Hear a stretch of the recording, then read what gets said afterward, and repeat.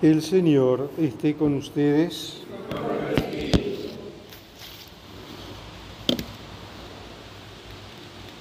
Evangelio de nuestro Señor Jesucristo según San Juan. Gloria a ti, Señor. Al principio existía la palabra, y la palabra estaba junto a Dios, y la palabra era Dios. Al principio estaba junto a Dios. Todas las cosas fueron hechas por medio de la palabra, y sin ella no se hizo nada de todo lo que existe. En ella estaba la vida, y la vida era la luz de los hombres. La luz brilla en las tinieblas, y las tinieblas no la percibieron. Apareció un hombre enviado por Dios que se llamaba Juan. Vino como testigo para dar testimonio de la luz, para que todos creyeran por medio de él. Él no era la luz, sino el testigo de la luz. La palabra era la luz verdadera que al venir a este mundo ilumina a todo hombre. Ella estaba en el mundo y el mundo fue hecho por medio de ella y el mundo no la conoció. Vino a los suyos y los suyos no la recibieron, pero a todos los que la recibieron, a los que creen en su nombre, les dio el poder de llegar a ser hijos de Dios. Ellos no nacieron de la sangre, ni por obra de la carne, ni de la voluntad del hombre, sino que fueron engendrados por Dios.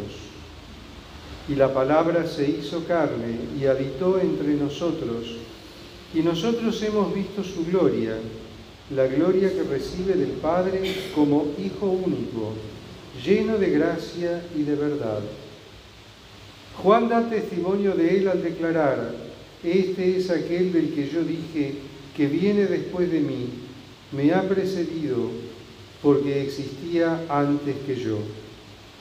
De su plenitud todos hemos participado y hemos recibido gracia sobre gracia, porque la ley fue dada por medio de Moisés, pero la gracia y la verdad nos han llegado por Jesucristo. Nadie ha visto jamás a Dios. El que lo ha revelado es el Hijo único que está en el seno del Padre. Palabra del Señor.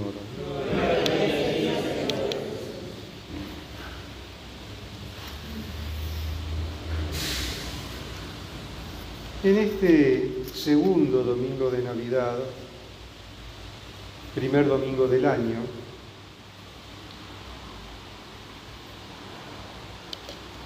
tenemos para nuestra reflexión otra vez este hermoso prólogo del Evangelio de San Juan que leíamos el día de Navidad. Pero si en el día de Navidad nos enfocábamos en el misterio del nacimiento del Hijo de Dios, en este segundo domingo de Navidad estamos invitados a leer este mismo texto desde la perspectiva de la sabiduría de Dios.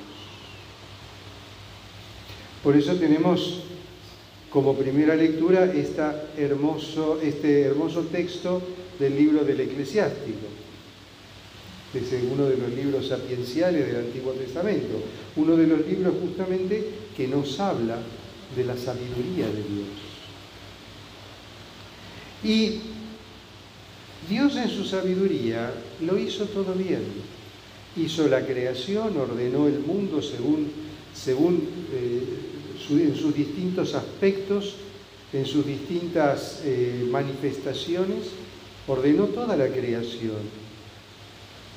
Pero esa sabiduría de Dios, que también crea al hombre y lo crea a su imagen y semejanza, ve perturbado el orden de la creación a través del pecado original. O sea, el pecado original se entromete en la creación, introduciendo una perturbación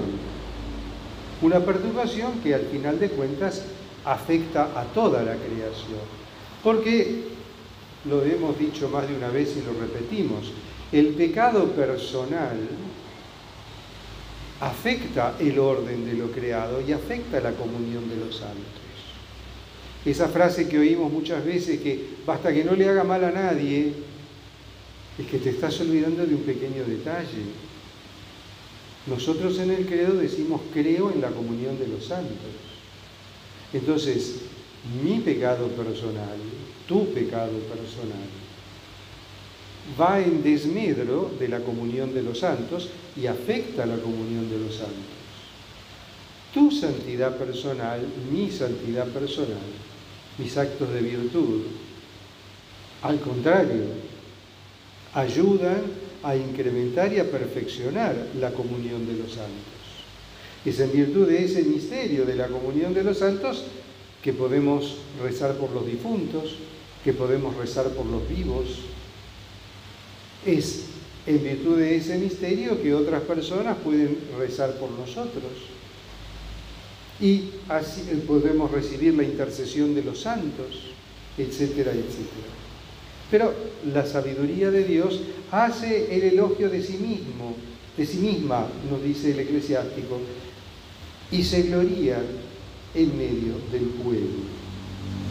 Abre la boca en la asamblea del Altísimo, o sea, la sabiduría de Dios es la que nos ha transmitido a lo largo del tiempo y de la historia la palabra de Dios y nos ha ido revelando el misterio de Dios.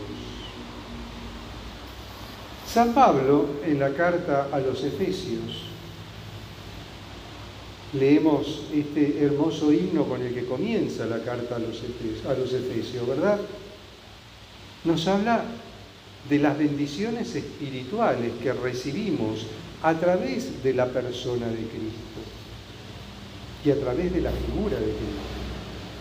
Porque toda nuestra vida como creyentes, se ve necesariamente informada, formada y conformada por la presencia de Cristo el Señor, el Salvador, aquel que viene a nosotros para salvarnos. ¿Y quién es Cristo? Cristo es la palabra de Dios. Esa palabra que se hace carne, que pone su morada entre nosotros, pero que al mismo tiempo nos gana a través del misterio de su pasión, muerte y resurrección, nos gana el derecho a ser hijos adoptivos de Dios. Es decir, la sabiduría de Dios hace su elogio de sí misma, porque todo lo hace bien. Y todo lo hace según mejor conviene, no solo a la creación en general, sino al ser humano en particular. Nosotros, al reflexionar sobre el misterio de la Navidad, reflexionábamos sobre el misterio de este Dios hecho hombre el día de Navidad.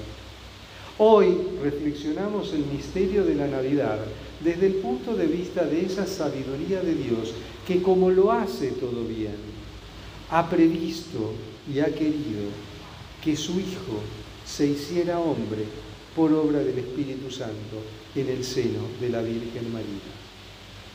Pero aún hacerse hombre, que no ha sido fácil y que tampoco ha sido gratuito, porque aquí nos lo dice el Evangelio de Juan. Vino a los suyos y los suyos no lo recibieron. Brilló como la luz en las tinieblas, pero las tinieblas no quisieron ver la luz.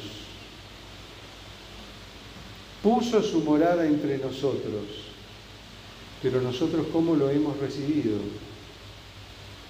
Nosotros terminamos crucificándolo. Pero eso era necesario también, desde la perspectiva de la sabiduría de Dios, para que pudiera completarse y realizarse íntegramente el misterio de la redención. De la plenitud de Cristo, de toda esa plenitud que Cristo tenía en sí, en su condición de Dios y también de hombre, es de donde emana toda la gracia que hoy en día distribuye en el mundo la Iglesia a través de los sacramentos. Los sacramentos de la Iglesia son justamente manifestación y son aplicación de los méritos de la pasión de Cristo sobre cada uno de nosotros cuando recibimos el sacramento. En el bautismo recibimos la gracia, se nos devuelve la gracia santificante y nuevamente adquirimos el estado de inocencia natural, o inocencia original, perdón. Y en ese estado de inocencia original que recibimos en el bautismo es que nos convertimos en hijos de Dios por adopción. Cuando recibimos el sacramento de la confirmación, estamos confirmando en nosotros los dones del Espíritu Santo que recibimos en el bautismo, pero que ahora nos preparan de una mejor manera para vivir nuestra vida como cristianos responsables de nuestra fe. Cuando recibimos la Eucaristía, estamos recibiendo el cuerpo, sangre, alma y divinidad de Cristo, que por misterio de la gracia de Dios se hace presente en el pan y en el vino consagrados a través del ministerio y de las palabras del sacerdote. Cuando recibimos el sacramento de la reconciliación, también la gracia de Dios se derrama sobre nosotros en forma de perdón por nuestros pecados. Nos reconcilia con Cristo, nos reconcilia con su Iglesia y nos devuelve ese estado de gracia que perdimos a causa del pecado. Cuando recibimos el sacramento de la unción de los enfermos, estamos siendo fortalecidos espiritualmente para soportar las molestias y los dolores de la enfermedad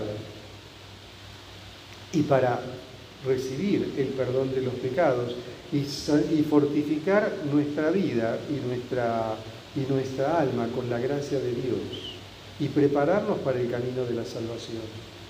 Cuando recibimos el sacramento del matrimonio, estamos recibiendo la gracia de Dios para, unidos el varón y la mujer, dar comienzo a una familia y con la ayuda de Dios y de la gracia de Dios, ir superando las distintas dificultades que la vida va poniendo en nuestro camino. Cuando recibimos el sacramento del orden sagrado, lo mismo.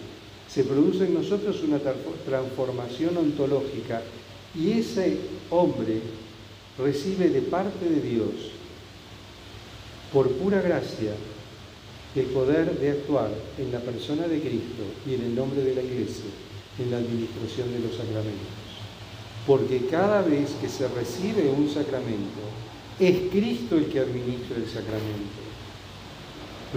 Lo administra a través de un hombre, pero es Cristo el que administra el sacramento. Ya lo dice San Pablo, ¿no es cierto? Cuando Pablo bautiza, es Cristo el que bautiza. Cuando Apolo bautiza, es Cristo el que bautiza. Y todo esto es manifestación de esa infinita y maravillosa sabiduría de Dios que lo abarca todo y lo envuelve todo. Este segundo domingo de